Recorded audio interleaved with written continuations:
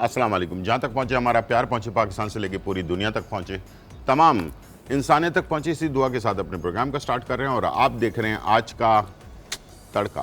आज के तड़के में जो है आपके लिए बनने जा रहा है बहुत ही ज़बरदस्त क्रंची क्रिस्पी बर्गर, और साथ में जो है हम मैंगो अब इस मार्केट में आ चुका है तो हम उसका स्मूदी जो है वो तैयार कर रहे हैं। बहुत ही मज़ेदार दोनों रेसिपीज़ हैं। और एक मसला, हम बहुत सारी चीज़ें आपके साथ शेयर करते हैं, बहुत सारे बीमारी के बारे में बात करते हैं, कुछ हर्बल ट्रीटमेंट वगैरह के बारे में और रेमेडीज़ के बारे में बात करते हैं। तो आज हमने सोचा कि एक बहुत अहम नुक्ता है जिसके ऊपर हमने काफ़ी अरसे से इसके ऊपर डिस्कस नहीं किया है, और वो है दांतों के बारे में। तो दांतों से कितनी बीमारियां इंसान को लग सकती हैं अगर उसका सही तरीके से ट्रीटमेंट नहीं किया जाए, इसका ख्याल ना रखा जाए तो कितना नुकसानात हमें हो सकते हैं। तो आज मेरे पास डॉक्टर अली हुसैन ख़ान जो हैं मौजूद हैं। जी अस्सलाम वालेकुम, कैसे हैं? और ये BDS और MSc और कंसल्टेंट हैं, डेंटल सर्जन भी हैं, और साथ में नूर डेंटल क्लिनिक पे जो है आप प्रैक्टिस कर रहे हैं। सबसे पहला सवाल मेरा जो है वो ये है कि मैंने बहुत सारे लोगों को देखा है कि उनको ब्रश करने का पता नहीं होता। हकीकत है पाकिस्तान में 70% लोगों को ये नहीं पता कि ब्रश बेसिकली किया कैसे जाता है। ठीक है, बस उन्होंने जैसे भी हुआ कर दिया और बस उसको कर देते हैं। इसी तरह से बहुत सारे ऐसे सवालात हैं जो मैं आज आपसे 2 सेगमेंट हमारे होंगे, अभी आपके साथ बात करेंगे, फिर उसके बाद सेकंड ब्रेक के बाद भी मैं आपसे डिस्कस करूंगा, तो ताकि हमारे देखने वाले जो हैं उनको ये इन्फॉर्मेशन मिल सके कि दांतों की वजह से कितनी बीमारियां हमें हो सकती हैं, और इसके साथ साथ दांतों का ख्याल किस तरह से रखा जा सकता है, और ये हमारी ज़िंदगी का कितनी इम्पोर्टेंट चीज़ है जिसके ऊपर बहुत कम लोगों को मालूमात है। उसको बहुत ज़्यादा ईजी लोग ले रहे होते हैं जी। 3 किस्म के ब्रश मार्केट के अंदर मिलते हैं। एक सॉफ्ट ब्रश होता है, एक मीडियम होता है और एक हार्ड होता है। ठीक है, तो बेसिकली ये इसमें सिलेक्शन जब हम करेंगे तो किस हिसाब से करना चाहिए, और उसको ब्रश करने का जो सही तरीका है वो क्या होना चाहिए? सबसे पहले तो मैं गुलजार साहब इस चीज़ से स्टार्ट करूँगा कि आज मेरी वालदा जो है वो ये शो स्पेसिफिकली मेरे इसलिए देख रही हैं क्योंकि आप मेरे साथ हैं। अच्छा, वो आपकी बहुत बड़ी फ़ैन है। अच्छा। नंबर 2 अब आते हैं, पहले तो उनको सलाम कर देता हूँ मैं जी। कैसी हैं आप? खैरियत से हैं? ठीक ठाक हैं? तो बात ऐसे स्टार्ट करते हैं कि ब्रशिंग टेक्निक देखें, आपने अगर तमाम दांतों की सरफेसेस को कवर नहीं किया, मसूड़ों को, दांतों को, ज़बान को अगर आपने साफ़ नहीं किया तो फिर आपने ब्रशिंग मुकम्मल नहीं की। ठीक, और इसका दौरानिया, यानी कि हाँ, थोड़ा सा रोकूंगा, यानी कि दांतों के साथ साथ ज़बान का, मैं अभी ये सवाल आगे करने वाला था कि दांतों के साथ साथ ज़बान का भी साफ़ करना ज़रूरी है। अगर आप ब्रश से साफ़ कर सकते हैं तो ब्रश से करें, नहीं तो उसी ब्रश के पैक सरफेस पे आजकल टंग क्लीनर मौजूद होता है जिसे आपने साफ़ करना है। मैं ये चीज़ बार बार हर टीवी शो में बताता हूँ कि ज़बान पे जरासीम की सबसे ज़्यादा ख़ानदान मौजूद होते हैं। बिल्कुल, तो आपने उनको साफ़ करना है। अच्छा, तरीका ये है कि आपने सर्कुलर मोशन यूज़ करना है। आधा ब्रश आपने दांतों के ऊपर रखना है, आधा मसूड़े पे रखना है, एंड देन सर्कुलर मोशन। अच्छा, ये टेक्निक होनी चाहिए। और फिर एक स्ट्रोक आपने देना है, अगर नीचे के दांत साफ करें तो नीचे की तरफ, और ऊपर के दांत साफ कर लें तो ज़्यादा आसानी से। आधा जो है ब्रश आपने दांत पे रखना है, आधा मसूड़े पे रखना है, देन सर्कुलर मोशन ऐसे घुमाना है, ऐसे घुमाना है, और फिर ये एक स्ट्रोक बाहर की तरफ देना है। अगर ऊपर के दांत और मसूड़े पे करेंगे तो ऊपर की तरफ, एंड देन, और इसी तरीके से तमाम सरफेसेस कवर करने जी। पीछे के दांतों को भी, आगे के दांतों को जो आपने लोगों को दिखाना है उनको भी, और पीछे के दांतों को भी। अच्छा, इसके साथ साथ ब्रश के साथ साथ tongue cleaning and then floss. हर खाने के बाद आपने डेंटल फ्लॉस यूज़ करना है, टूथपिक यूज़ नहीं करना। फ्लॉस वो एक ट्रीटेड धागा होता है जो मार्केट में अवेलेबल है, और आपने जो हम लोग धागा जिससे हम सिलाई करते हैं उस धागे की बात नहीं कर रहा। फ्लॉस एक अलग चीज़ है जो ट्रीटेड होता है, केमिकल ट्रीटेड होता है। कुछ फ्लॉस में फ्लोराइड भी मौजूद होता है। आपने उससे दांतों के बीच में जो खाना फंसा हुआ है, जो मीट, जो प्रोटीन हम खाते हैं, उनको निकालना बहुत ज़रूरी है। वही खाना है जो हमारे मुंह में जरासीम के साथ मिलके कीड़ा बनाता है, कैविटी बनाता है, और मैदे की प्रॉब्लम और बहुत सारी चीज़ें। ब्रश दिन में कितनी दफ़ा करना चाहिए? देखिए, ब्रशिंग 2 टाइम करना बहुत ज़रूरी है। सुबह नाश्ते के बाद, आई रिपीट, नाश्ते के ये बाद। भी मैं अभी कहने वाला था कि वो अक्सर मैंने देखा लोग सुबह उठते हैं, फौरन वॉशरूम गए और उन्होंने जाकर मुंह हाथ धोया और साथ में ब्रश किया, उसके बाद नाश्ता किया। तो ये ज़रा क्लियर कर दें। सुबह नाश्ते के बाद इसलिए ज़रूरी है क्योंकि रात की जो ब्रशिंग है, जो हम सोने से पहले करते हैं, वो रात भर एक्टिव रहती है। तो जब आप सुबह नाश्ता करते हैं और कॉफ़ी पीते हैं या फिर कोई चाय पीते हैं, तो वो जो एक्टिव आप जो फौज बढ़ा देते हैं अपने मुंह में, उसको साफ़ करने के लिए आपने ब्रशिंग करना नाश्ते के बाद बहुत करना है। अच्छा, उसके बाद दिन भर आपने जब भी कोई मीठा खाया है या कोई आपने कोई भी खाना, कोई आपने मीठा खा लिया, चाय पी लिया कुछ, तो आपने कुछ देर बाद कोशिश करनी है कि पानी नीम गर्म पानी में आप कुल्ली कर लें। और अगर नमक अवेलेबल है तो क्या ही बात है, सही बात है। आप थोड़ा सा नमक डाल के नीम गर्म पानी में कुल्लियाँ कर लें। और अगर नीम गर्म पानी भी अवेलेबल नहीं है तो आपने प्लेन वाटर से अपनी कुल्ली करनी है, ताकि आप अपनी जो ओरल हाइजीन है, जो मुंह की सेहत है, उसके साथ आप इंगेज रहें। ठीक है। साथ साथ अगर आप ऑफिस में, आपके पास कैबिनेट्स हैं जहाँ पर आप चीज़ें कुछ रख सकते हैं अपनी डेंटल किट के तौर पे, तो आप माउथ वॉश अपने साथ रखें। उस माउथ वॉश में क्लोरहेक्सिडीन एक ऐसा एंटीबायोटिक है जो कि तमाम मुंह के ख़राब जरासीम को साफ़ करता है। 0.12 क्लोरहेक्सिडीन का माउथ वॉश आपने अपने साथ रखना है। ठीक है। अच्छा, माउथ वॉश पे मुझे याद आया कि कुछ माउथ वॉश होते हैं जो आम लोग इस्तेमाल करते हैं।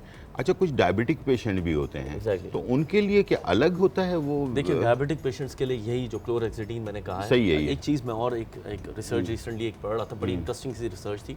एक पेशेंट कार्डियक अरेस्ट की वजह से उसकी डेथ हुई थी। तो वो रिसर्च ये शो करती है कि ना वो पेशेंट स्मोकर था, ना उसकी फैमिली हिस्ट्री कोई कार्डिक कोई हिस्ट्री थी, ना कोई और रिस्क फैक्टर्स थे, कोलेस्ट्रॉल वगैरह, कोई डायबिटीज, कुछ नहीं था। उसके मुंह में कुछ ऐसे मसूड़ों में जरासीम ज़्यादा मौजूद थे जो साइंटिफिकली प्रूव कर रहे थे कि जिसकी वजह से वो हार्ट अटैक हुआ। अच्छा। So let me be very clear कि मसूड़ों की सेहत का ताल्लुक आपके डायबिटीज़ के साथ भी है। ठीक है। मसूड़ों का डायरेक्ट लिंक आपके डायबिटीज़ लेवल के साथ है, हार्ट की दिल की बीमारियों के साथ है, साथ ही साथ मेंटल हेल्थ इश्यूज के साथ और मैदे और डेफिनेटली मैदों के साथ। इसलिए कि रात को अगर आप ब्रश करके नहीं सोते हैं तो वो जरासीम आपके मैदे में जा रहे होते हैं और फिर वो जरासीम फिर आप और वो तेजाबियत और इस टाइप की जो प्रॉब्लम है वो बढ़ा रहे होते हैं, इसकी वजह से मुंह की बदबू बिल्कुल मुंह की बदबू भी पैदा होती है और ये फिर बढ़ता रहता है, कम नहीं होता। अगर आपने अपनी हैबिट्स चेंज नहीं की तो फिर ये बढ़ता चला जाता है। फिर इसका एक टाइम ऐसा आता है कि फिर बहुत ही मुश्किल मराइल के अंदर चले जाते हैं।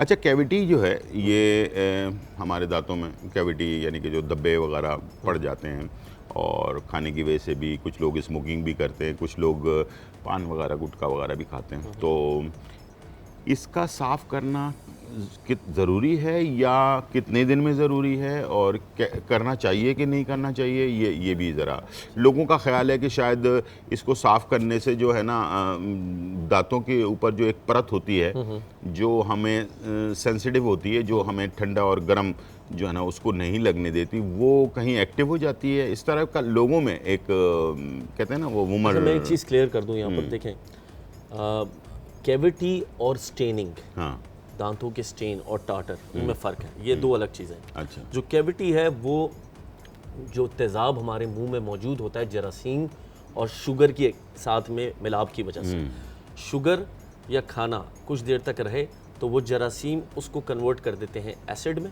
तेज़ाब में, और तेज़ाब कैविटी बनाता है। ये एक अलग प्रोसेस है। दूसरा जो प्रोसेस है वो स्टेनिंग है, दांत के जो है धब्बे हैं, जो कि साथ साथ मसूड़ों की जरासीम, जिंजिवाइटिस और हड्डियों की, मुंह की हड्डी की जरासीम पेरियोडोंटाइटिस के साथ मिलकर टाटर जो बनता है वो एक अलग प्रोसेस है। ठीक है। कैविटी को साफ इनिशियल स्टेज में करवाना लाजमी है। ठीक है। आपने उसको सीलेंट से वहाँ बंद करवाना है, अदरवाइज वो बढ़ता जाएगा, प्रोग्रेस करता जाएगा और फिर उसके बाद आपको बड़ी कैविटी होगी जिसमें फिर आपको ठंडा लगता है, थोड़ा बहुत गर्म लगता है, फिर आपको फिलिंग करवानी पड़ती है और अगर फिर तकलीफ तक कहानी चल जाए तो रूट कैनाल और फिर दांत निकालने का। वो एक लंबा। तो दूसरा जो प्रोसेस है वो स्टेनिंग है, जिसमें पान, छालिया, सिगरेट, नस्वार वगैरह के जो धब्बे हैं, उसमें यह है कि देखें साल में एक दफ़ा मसूड़ों की सफाई, दांत की सफाई लाजमी है, जिसको कुछ लोग स्केलिंग बोलते हैं। हमारी किताबों में भी स्केलिंग लिखा गया है, लेकिन मैं ये वर्ड अवॉइड करता हूँ क्योंकि लोग स्केलिंग से घबराते इसलिए हैं क्योंकि दांत कमज़ोर हो जाते हैं। देखिए, स्केलिंग का मतलब ये नहीं है कि आपने हर महीने जाके डेंटिस्ट से कहना है कि स्केलिंग करवाएं। साल में एक दफ़ा स्केलिंग करवाएं, साथ में मसूड़ों की सफाई करवाएं, जो प्रोफेशनल डेंटिस्ट होगा या डेंटल हाइजीनिस्ट होगा वो मसूड़ों की सफाई इस तरीके से करता है, इस टेक्निक से करता है कि दांत को घिसा नहीं जाता। अच्छा, ठीक। सिर्फ मसूड़ों की सफाई की जाती है और ये वो जरासीम निकालेगा जो कि आपके फ्यूचर में खुदा न खास्ता जो आपको शुगर को, आपके हार्ट की कंडीशन को खराब करता है। तो ये उन जरासीम को, स्टेफिलोकोकस ओरियस है, स्ट्रेप्टोकोकस, हजारों जरासीम, उनको साफ करना साल में एक दफ़ा ज़रूरी है। अच्छा, इसके बाद आते हैं वाइटनिंग की तरफ कि हमें प्रोफेशनल वाइटनिंग करवानी है। प्रोफेशनल वाइटनिंग एक नॉर्मल वाइट लाइट के थ्रू भी होती है, लेज़र के थ्रू भी होती है। अब ये डिपेंड करता है कि आप कितना अपना शेड बेहतर करना चाहते हैं दांतों का। अगर आप प्रॉपर वाइट दांत करवाना चाहते हैं तो आप डेफिनेटली इस प्रोसेस को चूज़ करें। ठीक है। कुछ दिनों तक, इसके बाद 2-3 दिन तक ठंडा गर्म लगता है, दैट्स नॉर्मल। लेकिन हमारे पास कुछ ऐसी मेडिकेशंस होती हैं, फ्लोराइड, टॉपिकल फ्लोराइड्स होते हैं जो हम पेशेंट को लगाते हैं जिससे ये चीज़ें सिम्टम्स कम हो जाते हैं। ठीक। और अगर पेशेंट का कोई इवेंट आ रहा है, फॉर एग्जांपल शादी आ रही है या उसके घर में कोई शादी है, तो अगर वो ब्लीचिंग वाइटनिंग करवाता है या आप जैसे लोग या जो टीवी को फेस करते हैं उस किस्म के लोग अगर वाइटनिंग एक दफ़ा करवाना चाहते हैं तो करवा लें, इसमें कोई हर्ज नहीं। ठीक। मैं सॉरी, टाइम ब्रेक का है। दांतों को किस तरह से वाइट किया जाएगा और इसके बाद कुछ पेशेंट्स होते हैं, क्या आया कि वो भी जैसे शुगर पेशेंट है और हार्ट डिजीज़ के लोग हैं, वो भी ये सब चीज़ें करवा सकते हैं या नहीं करवा सकते, ये भी मैं डॉक्टर साहब से पूछूंगा। आपने कहीं नहीं जाना, छोटा सा ब्रेक लेते हैं और फिर वापस आते हैं। वेलकम बैक नाजरीन। और बहुत ही ज़्यादा इम्पॉर्टेंट चीज़ पर बात हो रही है और मुझे उम्मीद है कि आप ज़रूर इन चीज़ों को गौर से सुनें, इसलिए कि घर में बच्चे भी होते हैं, बड़े भी होते हैं। अगर कोई चीज़ गलत हो रही है तो उसको सही करना कोई मुश्किल काम नहीं है। तो डॉक्टर साहब जो चीज़ें आप लोगों को बता रहे हैं तो इंशाल्लाह मुझे उम्मीद है कि आप ज़रूर इसके ऊपर फोकस करेंगे। अच्छा, ये जो अपना दांतों की सफाई वगैरह जो हम आम डॉक्टर्स के पास जाते हैं वो करवा लेते हैं, अगर कोई डायबिटिक पेशेंट हो या हार्ट डिजीज़ वाला बंदा हो या कोई और बीमारी हो तो उनको कोई मसला तो नहीं है ना, वो करवा सकते हैं? देखिए, मैं डायबिटिक और हार्ट पेशेंट्स को तो मैं स्पेशली कहूँगा कि 6 महीने में, बाकी पेशेंट्स साल में एक दफ़ा। अच्छा। इन दोनों कैटेगरी के जो पेशेंट्स हैं उन्होंने 6 महीने में एक दफ़ा मसूड़ों की सफाई करवानी है, लाजमी। और आप फिर अपना HbA1c रेगुलरली 3-3 महीने में करवाएं और चेक करें। ये मैं अपने पेशेंट्स को ये कहता हूँ कि ब्लैंक पेपर में मैं साइन करके देने के लिए तैयार हूँ कि उनका शुगर लेवल ठीक होना शुरू हो जाएगा। ज़बरदस्त। उनके मसूड़ों के जरासीम आपके डायबिटीज़ को ख़राब कर रहे हैं। ओके। आपने मसूड़ों की सफाई करवानी और यही वजह है गुलजार साहब, आप ज़रूर देखिएगा कि जो डायबिटीज़ पेशेंट्स होते हैं उनके दांत जल्दी हिलना शुरू होते हैं एज कम्पेयर टू जो दूसरे। पहला अटैक जो होता है दांतों पे तो उसकी वजह यह है कि उनके मसूड़े कमज़ोर होना शुरू होते हैं। बिल्कुल। तो इसीलिए डायबिटीज़ पेशेंट्स को मसूड़ों की सफाई लाजमी करवानी है। और अगर आपको ऐसा लग रहा है कि आप मसूड़ों की सफाई रेगुलर घर पे सफाई रेगुलर रख रहे हैं, सफाई नहीं करवा रहे डेंटिस्ट के पास जाके, और आप डायबिटिक पेशेंट्स हैं, दांत कमज़ोर होते जा रहे हैं और डायबिटीज़ कंट्रोल नहीं है, तो उसकी मेन वजह यही है कि आप मसूड़ों की सफाई नहीं करते। ज़बरदस्त। आज आपने एक बहुत ज़बरदस्त बात बता दी कि यानी कि जो शुगर पेशेंट हैं उनकी अगर दांतों की सफाई सही तरीके से हो जाए 6 महीने में एक दफ़ा तो उनका जो शुगर लेवल है वो भी नीचे। ज़बरदस्त। ये आज मुझे पहली दफ़ा ये इन्फॉर्मेशन मिली है, बहुत शुक्रिया आपका। और ये जो वाइटनिंग करवाते हैं, दांत को वाइट करवाते हैं, आजकल तो बहुत ज़्यादा रुझान इस तरफ है और मीडिया के लोग जो हैं वो भी, और वैसे भी जो पार्टीज़ वगैरह में जाना आना, जिन लोगों का ज़्यादा सोशल अपना एक्टिविटीज़ वगैरह ज़्यादा होती हैं तो वो लोग तो लाजमी वो करवाते हैं। वो भी डायबिटिक पेशेंट और हार्ट डिजीज़ वाले भी करवा सकते हैं? देखिए, वो भी करवा सकते हैं, लेकिन ये है कि डिपेंड करता है कि आप करवा क्यों रहे हैं। अच्छा। अगर देखिए, जो लेज़र ब्लीचिंग है, जो वाइटनिंग है, वो आपके मसूड़ों के लिए नहीं है, वो आपके दांत का शेड चेंज करने के लिए। ठीक है। अगर आप दांत का शेड करने के लिए करवाना चाह रहे हैं और आप मिडिल एज के हैं, 40s लेट 40s भी अगर हैं तो ठीक है, आप दांत का शेड एक दफ़ा करवा सकते हैं चेंज, एक दफ़ा आप करवा लें। लेकिन रेगुलर ब्लीचिंग करवाना इट्स नॉट रिकमेंडेड। ठीक। तो अगर फॉर एग्जांपल आप मीडिया के पर्सन हैं और आप डायबिटिक पेशेंट्स हैं, मसूड़े आपके ठीक हैं और आपको ऐसा लगता है कि दांत का शेड आपका बहुत ख़राब है, बहुत पीले की तरफ जा रहा है और आप थोड़ा सा उसको चेंज करवाना चाह रहे हैं, तो आप ज़रूर करवाएं, एक दफ़ा करवाएं। और उसके बाद कुछ दिनों के लिए जो डॉक्टर आपको रिकमेंड कर रहा है, डेंटिस्ट रिकमेंड करेगा कि कुछ फ्लोराइड वगैरह है या कोई टूथपेस्ट चेंज कर दें, तो उस पर अगर आप रहेंगे तो इंशाल्लाह आपके दांत ठीक हो जाएंगे, आपका शेड ठीक हो। अच्छा, कितने अरसे तक ये वाइटनिंग जो है अगर करवा लिया जाए तो ये कितने अरसे तक रहता है? देखिए, इसकी 2 से 3 चीज़ें हैं।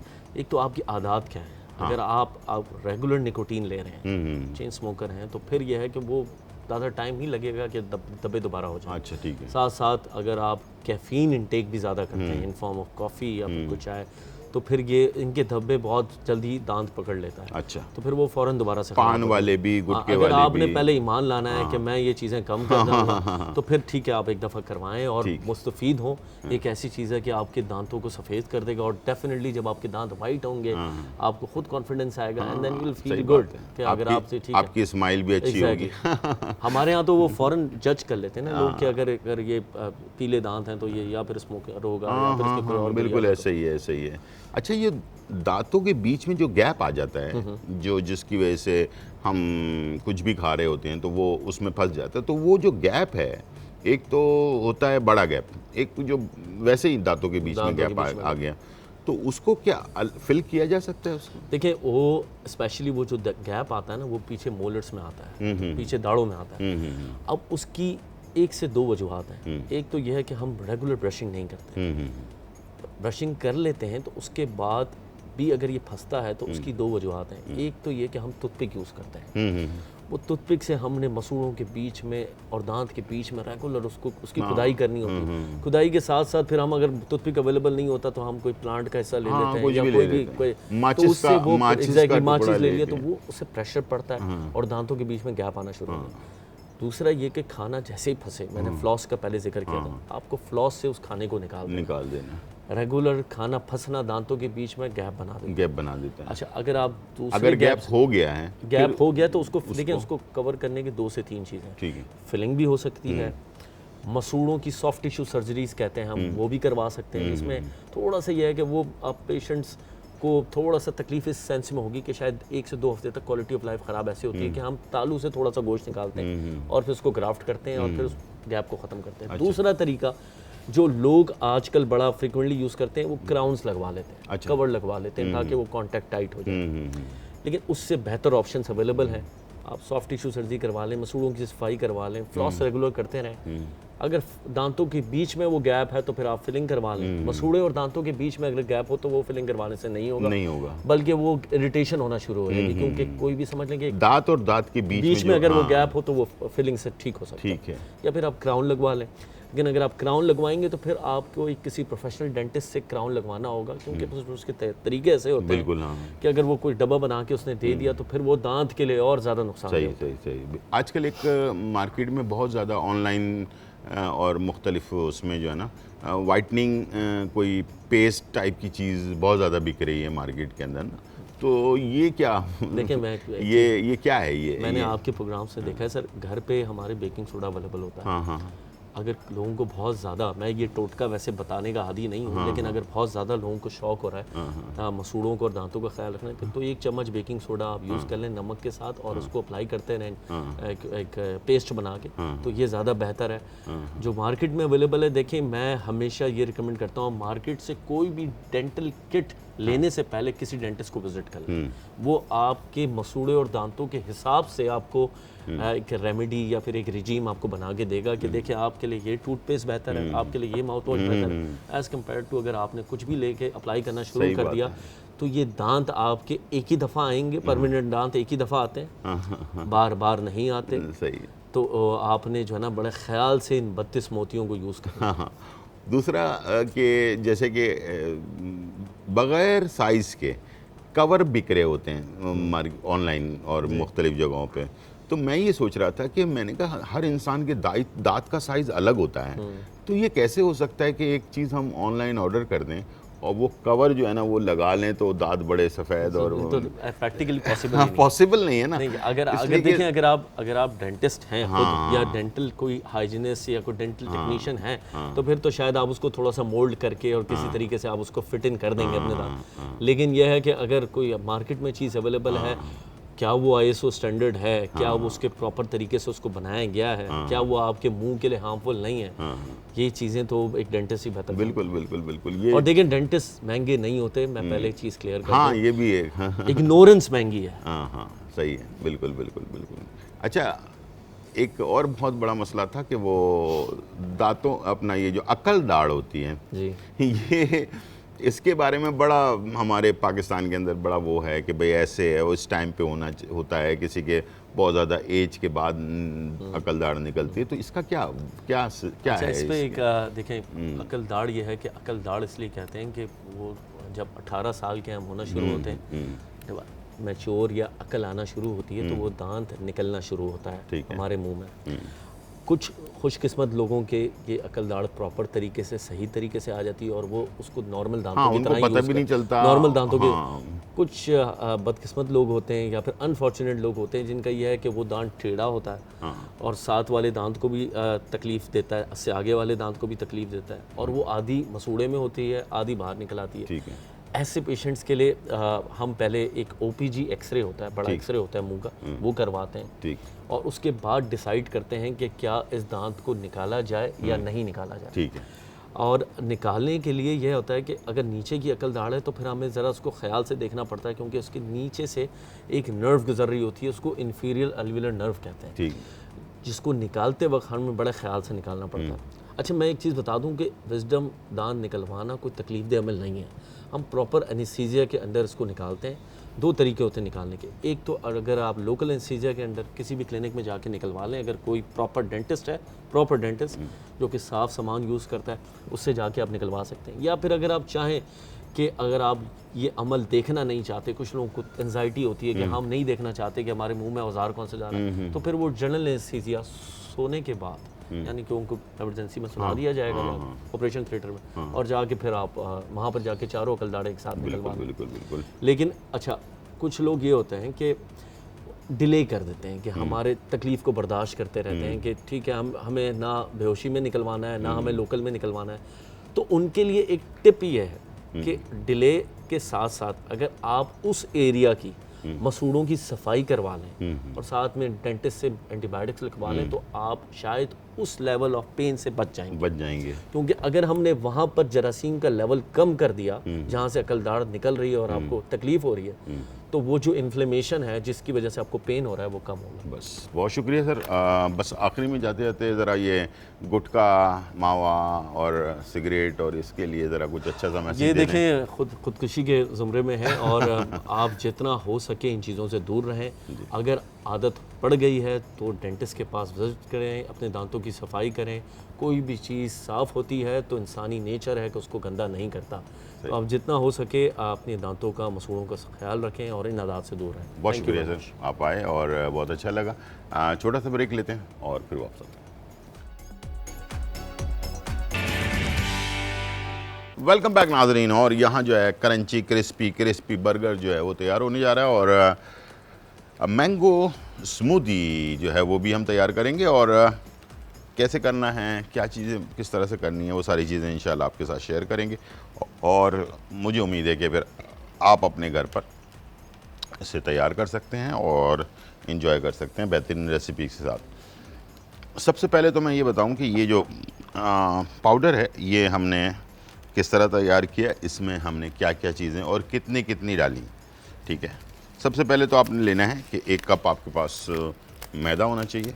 1 कप मैदा आपने इस बड़े से प्याले के अंदर डाल दिया। उसके अंदर आधा कप आपने कॉर्नफ्लावर डाल देना है और आधा कप चावल का आटा डाल देना है। 3 चीज़ें जो हैं ये मेन इसके अंदर आपने डाल दिया। 1 चाय का चम्मच इसमें आपने नमक शामिल कर दिया। 1 चाय का चम्मच इसमें आपने लाल मिर्च पाउडर डाला। 1 चाय का चम्मच इसमें आपने सफ़ेद मिर्च डाला। 1 चाय का चम्मच इसके अंदर आपने जो है काली मिर्च डाली। और इसके अंदर जो चिकन पाउडर होता है वो आपने 1 खाने का चम्मच इसमें ऐड कर दिया।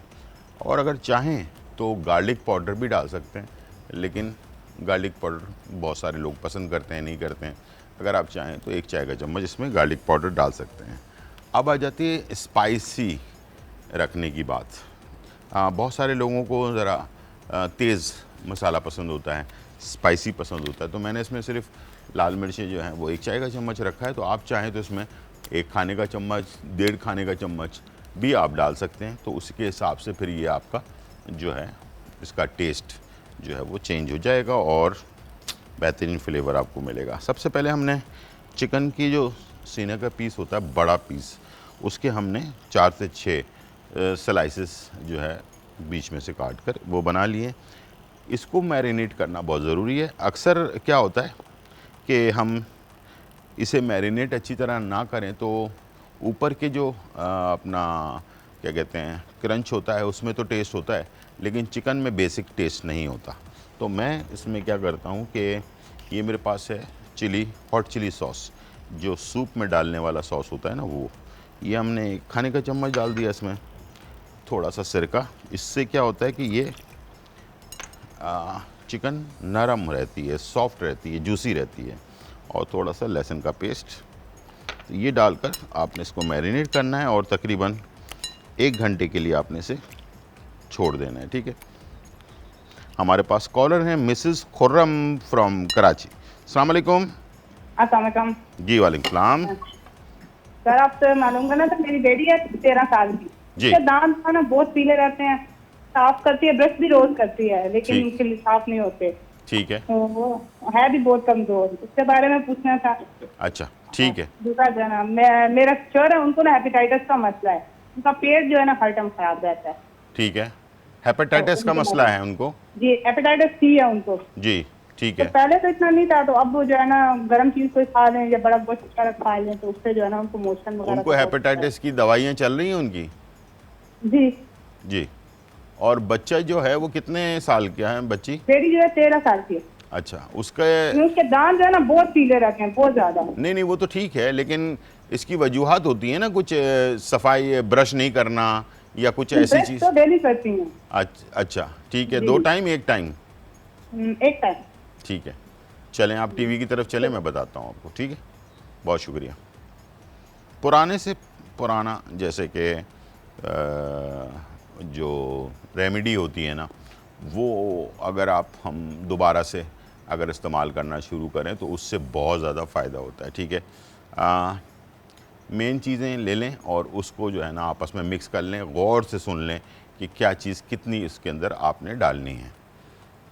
आपने लेना है पिंक सॉल्ट, जो हिमालयन सॉल्ट कहलाता है, जो मार्केट के अंदर मिल जाता है आसानी से आजकल, वो आपने ले लेना है। तकरीबन आप ले लें उसको 100 ग्राम। 100 ग्राम तेल अपना वो ले लें, हिमालयन सॉल्ट, नमक जिसको कहते हैं पिंक वाला। 100 ग्राम के अंदर आपने 1 चाय का चम्मच बेकिंग पाउडर डाल देना है।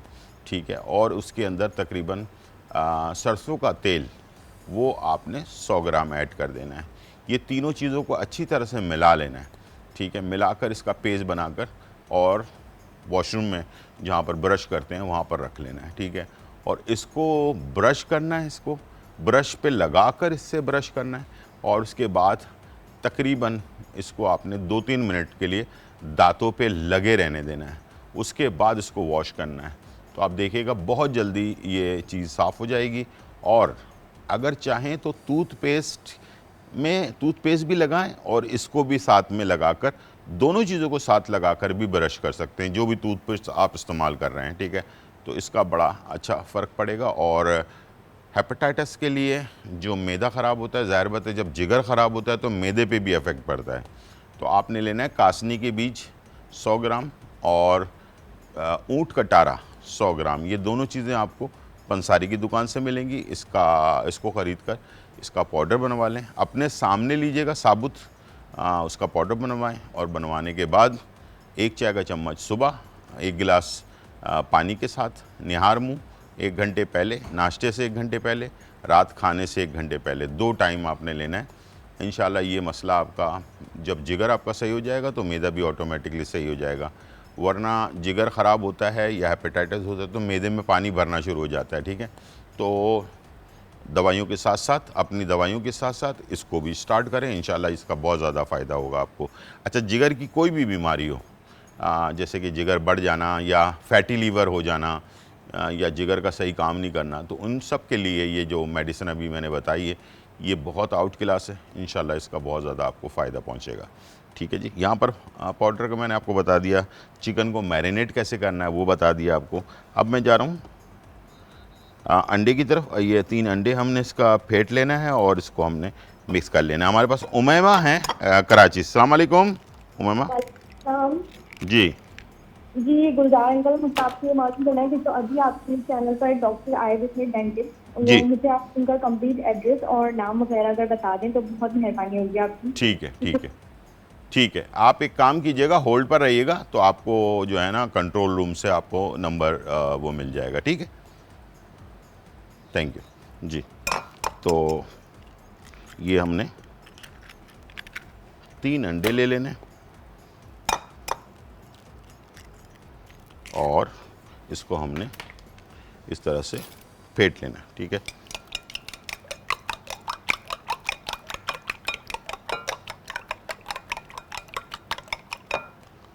बिल्कुल ये हो गया। अच्छा, अब मैं आपको बता दूं कि जैसे कि इसके जो स्टेप्स हैं बस उसको आपने फॉलो करना है, तो ये आपकी चीज़। अच्छा, ये पाउडर जो है जो मैंने बनाया है इसको आप बनाकर ना फ्रिज में रखना है आपने, इसको बाहर नहीं रखना। फ्रिज में ये होता है ड्राइनेस रहती है, तो ये डब्बे के अंदर, प्लास्टिक का जो डब्बा होता है उसका ढक्कन लगाकर उसके अंदर, फ्रिज के अंदर आप इसको रख दें। ये कई महीने तक भी जो है ना ख़राब नहीं होगा, और जब भी आपको इस्तेमाल करना हो निकालें, इस्तेमाल कर लें, उसके बाद दोबारा रख दें। इसलिए कि बच्चों के लिए, बड़ों के लिए चिकन शॉट्स बनाना हो, ब्रोस्ट बनाना हो या जिंगर बर्गर बनाना हो, जो भी चीज़ आप बनाना चाह रहे हैं तो यही चीज़ इस्तेमाल होती है। तो इसे आप एक ही दफ़ा में बनाकर भी आप ज़्यादा क्वांटिटी में आप बनाकर रख सकते हैं। ठीक है, और इसको हम तैयार करेंगे इस तरह से। पहले हमने इसको ड्राई जो बैटर होता है उस पर आपने लगा लेना है इस तरह से, और उसके बाद इसको आपने अंडे के अंदर डिप कर लेना है। ठीक है, और उसके बाद दोबारा से इसे आपने अच्छी तरह से मिक्स कर लेना है। अच्छा, याद रखिएगा इसको आपने अच्छी तरह पुश करके लगाएं। ठीक है, इसलिए कि बाद वक़्त ऐसा होता है कि जब हम इसे पुश नहीं करते, दबाते नहीं हैं, तो ये फिर इसके ऊपर जो है ना वो क्रंच नहीं आता। जैसे कि रेस्टोरेंट्स वगैरह में हम खा रहे होते हैं, वहाँ पर क्रंच बहुत अच्छा सा आ रहा होता है। तो ये देखें, इस तरह का डिज़ाइन इसके ऊपर बनना चाहिए। ठीक है, ये देखें, ठीक है, ऐसे, तब जाकर ये बेहतरीन आपका फ्राई होकर तैयार होगा। और इकट्ठे पहले बनाएंगे, उसके बाद इसको फ्राई करेंगे ताकि सारे कलर एक जैसे आएँ। ठीक है, हमारे पास कॉलर हैं, मिसेज़ अनवर फ्रॉम कराची। अस्सलाम वालेकुम। वालेकुम अस्सलाम। जी गुलजार बात कर रहे हैं? जी बिल्कुल। जी, मुझे आपसे एक रेमेडी पूछनी थी। आपके पास हकीम साहब आते हैं ना जी बुध जी वाले दिन? जी जी हाँ, उन्होंने एक नुस्खा बताया था कि जिन शुगर वालों के जिनके पैर जो है ना पंजे सुन रहते हैं ना, उनके लिए कि वो पता नहीं सरसों का तेल जो है और पता नहीं आंबा हल्दी और पता नहीं एक चीज मैं भूल गई हूँ उसमें से, वो मुझे बताएंगे प्लीज? अच्छा, आंबा हल्दी और सरसों वाला तो मैंने बताया था। वो उन्होंने हकीम साहब ने कुछ बताया था। अब इसमें क्या क्या इंग्रेडिएंट्स होते हैं? जी, वो मैं आपको इंशाल्लाह बताता हूँ आपको। आप ब्रेक के बाद मैं वापस आता हूँ, उसके बाद आपको बताता हूँ। ठीक है, बहुत शुक्रिया।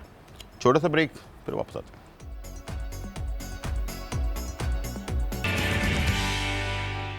वेलकम बैक नाज़रीन, और यहाँ जो है बहुत ही मज़ेदार रेसिपी जो है वो तैयार होने जा रही है, और हम बना रहे हैं क्रिस्पी क्रंची बर्गर।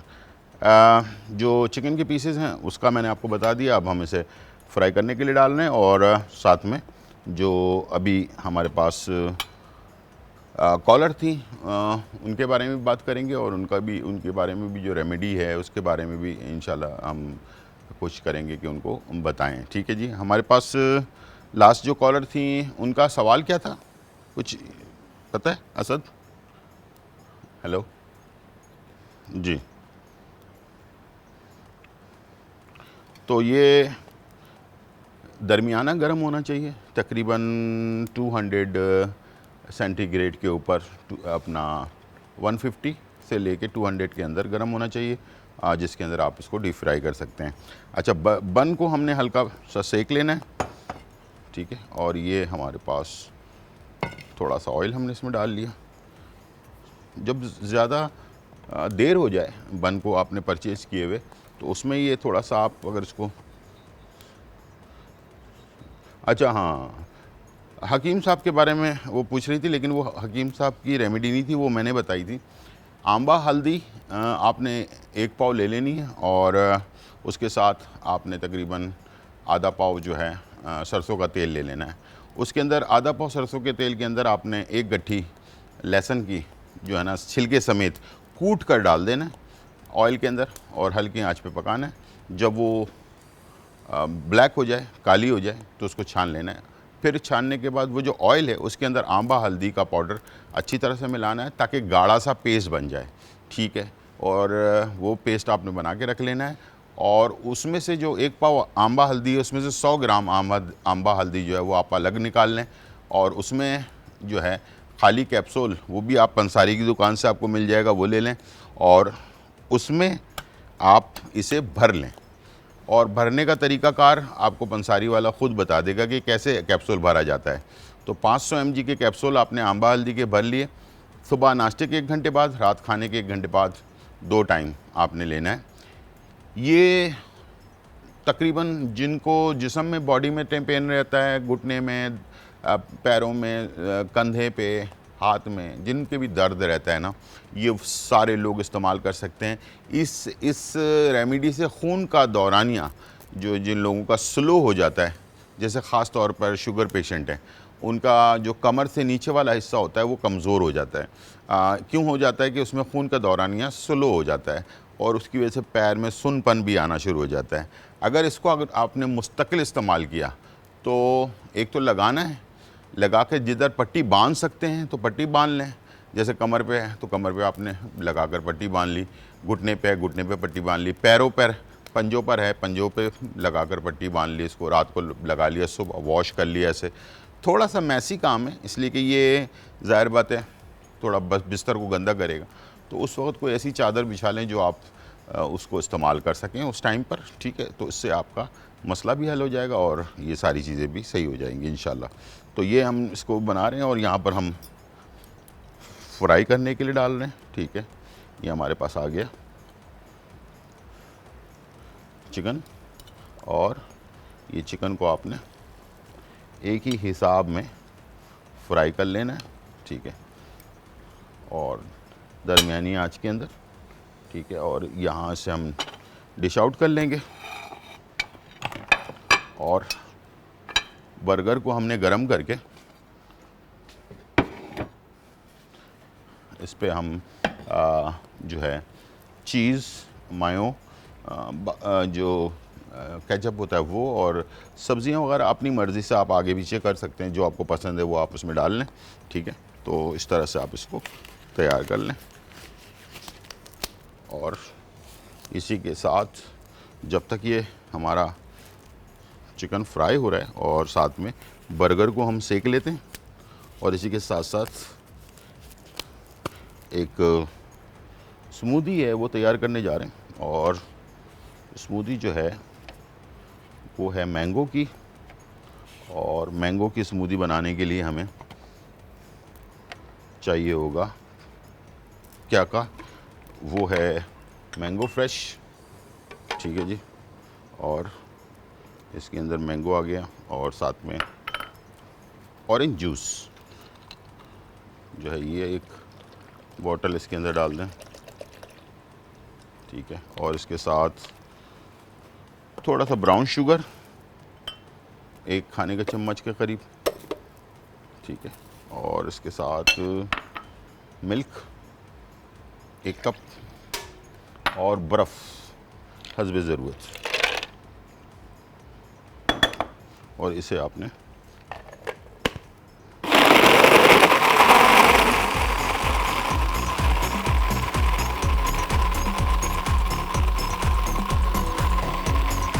अच्छी तरह मिक्स कर लेना और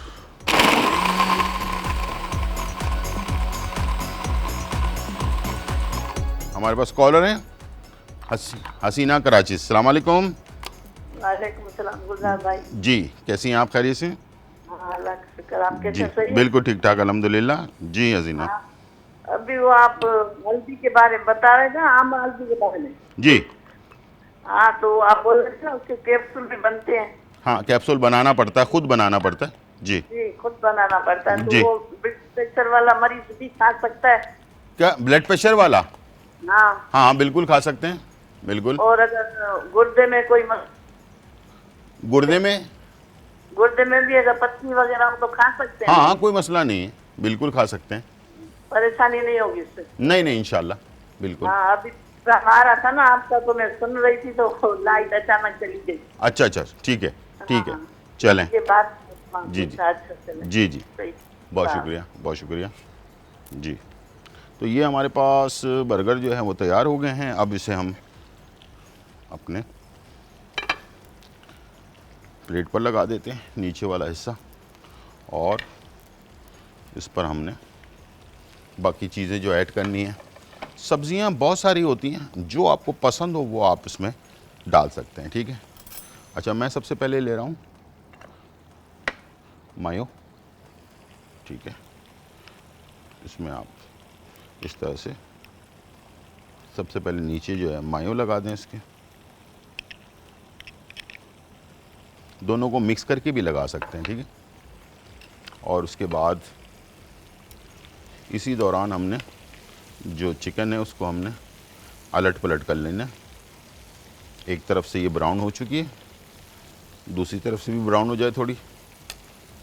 अच्छा, बहुत ज़्यादा ओवर कुक नहीं करना, वरना अक्सर क्या होता है कि हम बहुत ज़्यादा पका देते हैं, उससे जो है ना ये बिल्कुल इसका सारा इसकी खूबसूरती जो है ना वो बिल्कुल ही ख़त्म हो जाती है।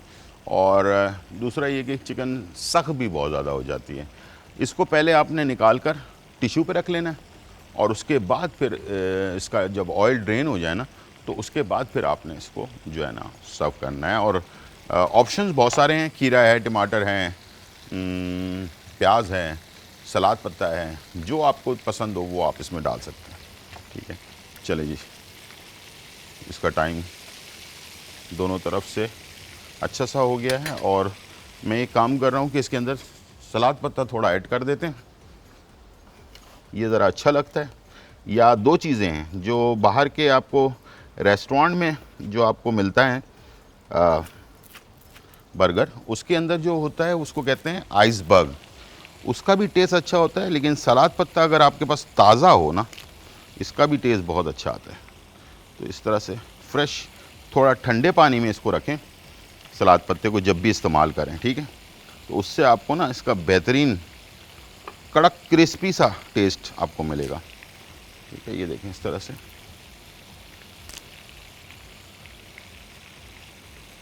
इस तरह से आपने पहले ये रख दिया, उसके बाद चिकन को आपने निकाला टिश्यू के ऊपर, ठीक है। ये देखें, और जब ये इसके ऊपर से थोड़ा सा ड्रेन हो जाए अपना ऑयल, उसके बाद फिर आपने इसको बर्गर के ऊपर रख देना है। और ये बिल्कुल आसानी से आप अपने घर पर जब दिल चाहे बना सकते हैं। इसका पाउडर मैंने आपसे सिर्फ ये कहा था कि इसको बना के आप पहले से रख लें,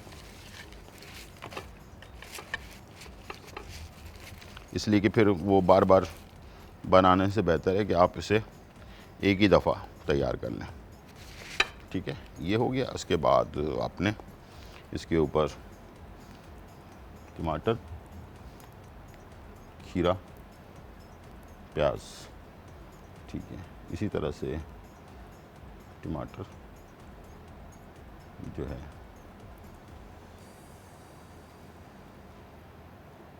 खीरा है। आप इसमें से जो आपको पसंद नहीं है, फ़र्ज़ करें कि ये सब्ज़ी आपको पसंद नहीं है, तो वो आप सब्ज़ी चेंज कर सकते हैं, ठीक है। इस तरह से आपने सेट कर लिया। आखिर में आपने इसके ऊपर जो है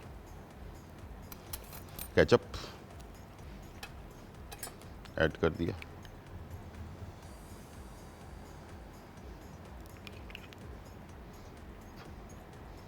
ठीक है। ये देखना,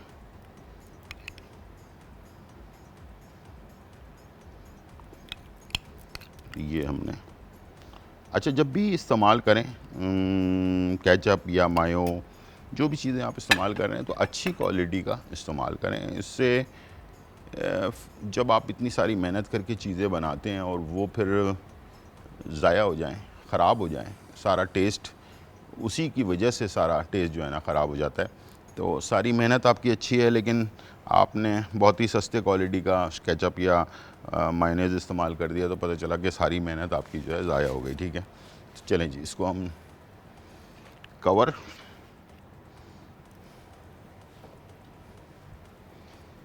ठीक है जी, ये कवर आ गया इसका।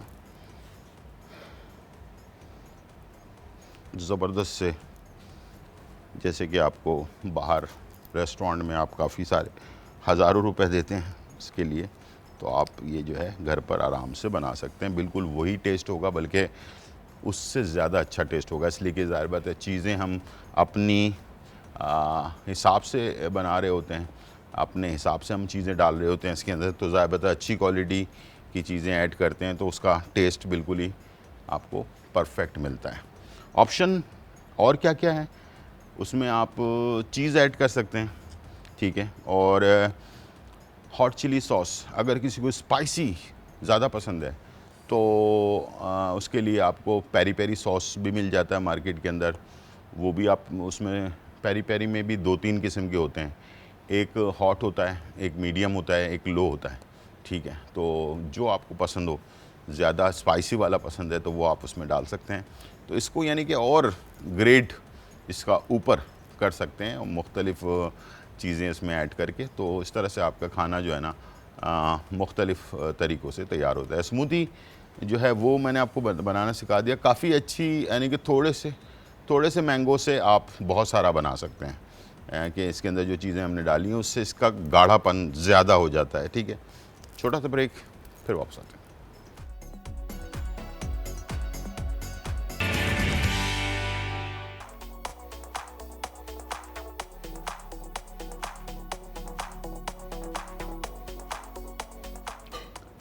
वेलकम बैक नाज़रीन, और यहाँ जो है बहुत ही मज़ेदार रेसिपीज़ तैयार हो चुकी हैं। दोनों रेसिपीज़ उम्मीद है कि आपको पसंद आई होंगी।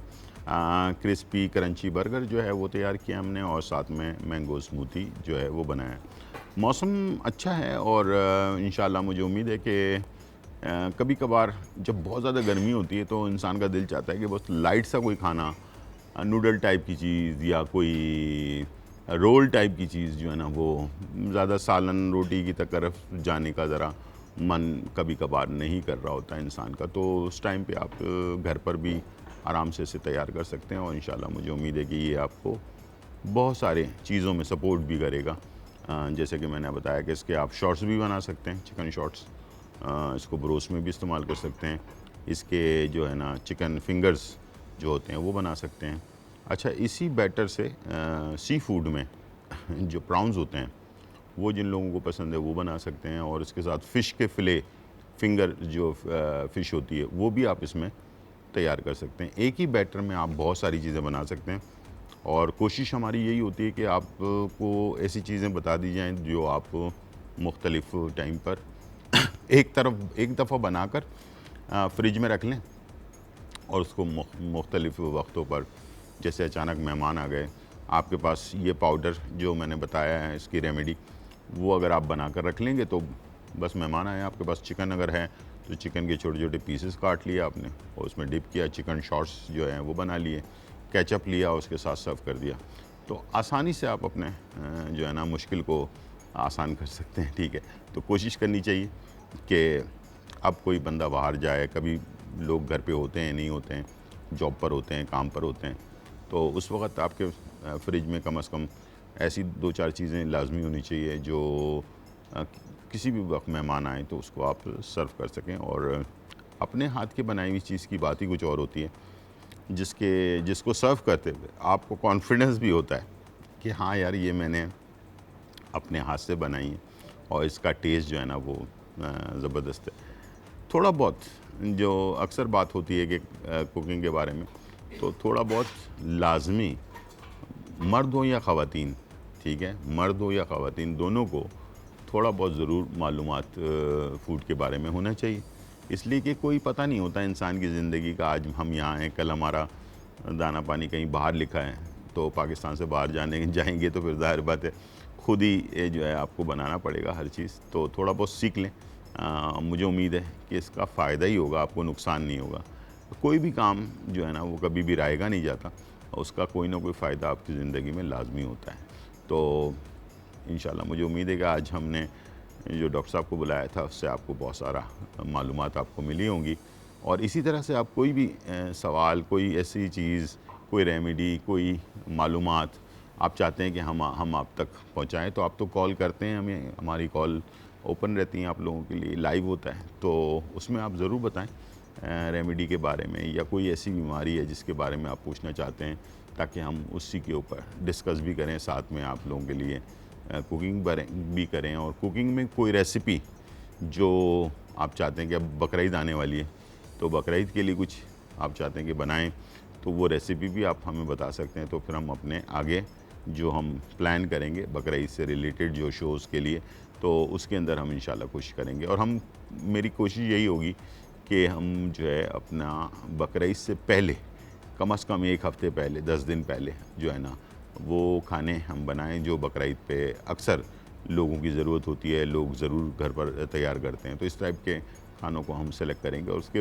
हफ्ते के बाद भी, यानी कि शो बकरीद के बाद भी जो शोज़ हम करेंगे, कोशिश करेंगे कि उसमें भी जो है ना बकरीद से रिलेटेड जो है खाने इंशाल्लाह बताएं। ठीक है जी।